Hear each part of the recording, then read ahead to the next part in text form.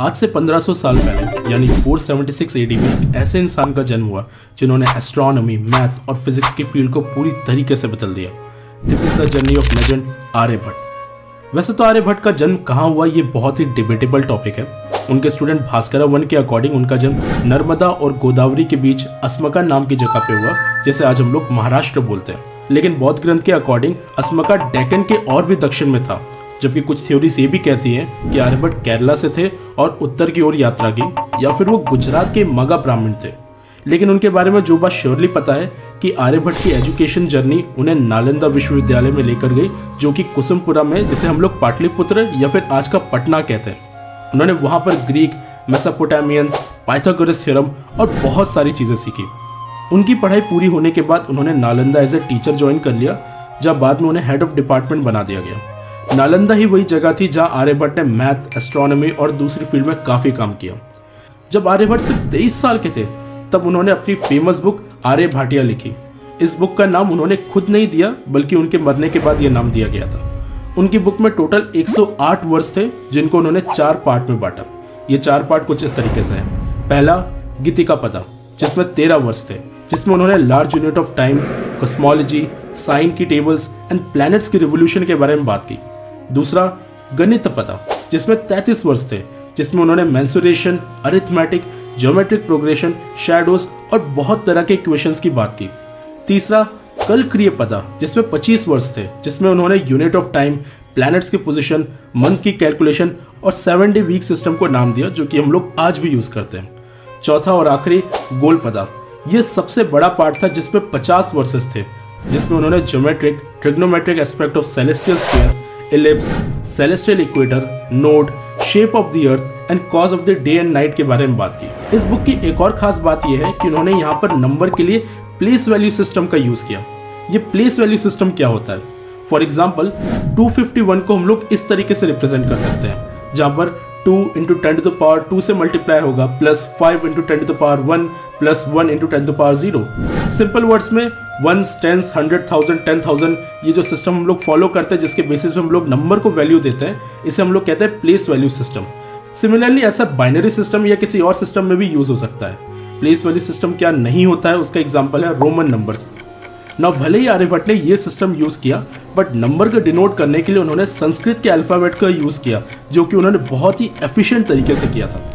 आर्यभट्ट के काम से अरब के स्कॉलर्स बहुत इंस्पायर्ड थे और उनके बहुत काम को अपना बेस बना के उन्होंने फर्दर डेवलपमेंट की। एक इंटरेस्टिंग स्टोरी ये है कि आर्यभट्ट ने जब साइन के कॉन्सेप्ट की खोज की तो उन्होंने उसका नाम दिया आराध्य जिया, लेकिन सिंप्लिसिटी के लिए लोग उसे सिर्फ जिया बुलाने लग गए। जब अरबिक राइटर्स उनके संस्कृत टेक्स्ट को अरबिक टेक्स्ट में ट्रांसलेट कर रहे थे, तब उन्होंने जिया को बना दिया जिबा। लेकिन क्योंकि अरबिक राइटिंग में वोवेल्स का यूज नहीं होता है, तो जिबा बन गया जब, और जब धीरे धीरे ट्रांसफॉर्म होते होते बन गया जेब। जेब का मतलब होता है पॉकेट। तो फिर जब 12th सेंचुरी में क्रेराडो ऑफ क्रेमोना ने इसका मतलब लैटिन में ट्रांसलेट किया, तो वो वर्ड आया साइनस, जो कि इंग्लिश में आज बन गया साइन। तो आर्यभट्ट का दिया हुआ आराध्य जया आज का साइन बन गया।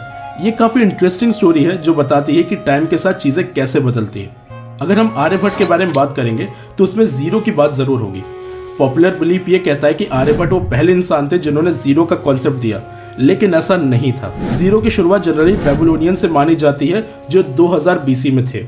इसके अलावा माया सिविलाइजेशन ने भी जीरो का यूज किया था, बट इवेंचुअली आर्यभट्ट ने जीरो का एसेंस को रियलाइज किया और मैथ में उसका यूज किया। ऑल्दो आर्यभट्ट ने जीरो का कॉन्सेप्ट दिया था, बट उन्होंने उसका सिंबल कभी नहीं दिया। 650 AD में ब्रह्मगुप्त ने जीरो का अरिथमेटिक ऑपरेशन दिया और उसको सिंबल दिया डॉट से, जो कि नंबर के नीचे लगता था। उसे उन्होंने नाम दिया शून्य। ये वो नाम है जो हम लोग आज भी यूज करते हैं। ब्रह्मगुप्त ने अपनी बुक ब्रह्मगुप्त सिद्धांता में लिखा कि a+0 = a, a-0 = a × 0 = 0, a/0 = 0। आज हमें पता है कि ये 4th ऑपरेशन मिस्टेक है। बाद में न्यूटन और लाइबनिज ने यह बताया कि a/0 इन्फिनिटी होता है। खैर, अब आर्यभट्ट पे वापस आते हैं। आर्यभट्ट ने पाई की वैल्यू भी दी थी, जो कि 3.1416 थी। आज हमें पता है कि पाई की वैल्यू होती है 3.14159, जो कि काफी क्लोज थी एक्चुअल वैल्यू के। उन्होंने ये भी बताया कि पाई एक इर्रेशनल नंबर होता है। आज हम सबको पता है कि सोलर सिस्टम में सारे प्लैनेट सन के आसपास चक्कर लगाते हैं, लेकिन ये आइडिया हमेशा से इतना नोन नहीं था। आर्यभट्ट ने अपने टाइम पे हीलियोसेंट्रिक मॉडल का सपोर्ट किया, जिसके अकॉर्डिंग सारे प्लैनेट सूरज के आसपास चक्कर लगाते हैं। आर्यभट्ट ने अर्थ और मून के मोशन को समझ के ग्रहण या फिर इक्लिप्स की भी थ्योरी दी।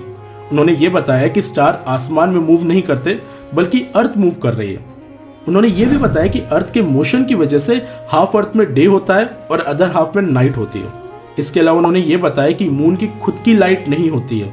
हालांकि उन्होंने इस कैटेगरी में स्टार्स को भी रखा, जो कि गलत है, बट कंसिडरिंग वो 5th सेंचुरी के स्कॉलर थे जिनके पास कोई मॉडर्न इंस्ट्रूमेंट नहीं थे, तो ये जानना बहुत ही मुश्किल था। और फिर science is the endless process of going through mistake, जो कि बाद में इंप्रूव होती है। ऐसा बोला जाता है कि उन्होंने और भी बहुत काम किए, बट अनफॉर्चुनेटली उसके रिकॉर्ड आज अवेलेबल नहीं है। 74 की उम्र में आर्यभट्ट ने अपनी आखिरी सांस ली और जाते जाते अपने पीछे ऐसी लेगेसी छोड़ दी जो इतिहास के पन्नों में अमर हो गई। सोलर इक्लिप्स के रीजन से लेकर प्लैनेट्स के मोशन तक आर्यभट्ट ने मैथ और साइंस की फील्ड में बहुत कंट्रीब्यूट किया। So let's pay the respect to this great man Aryabhata.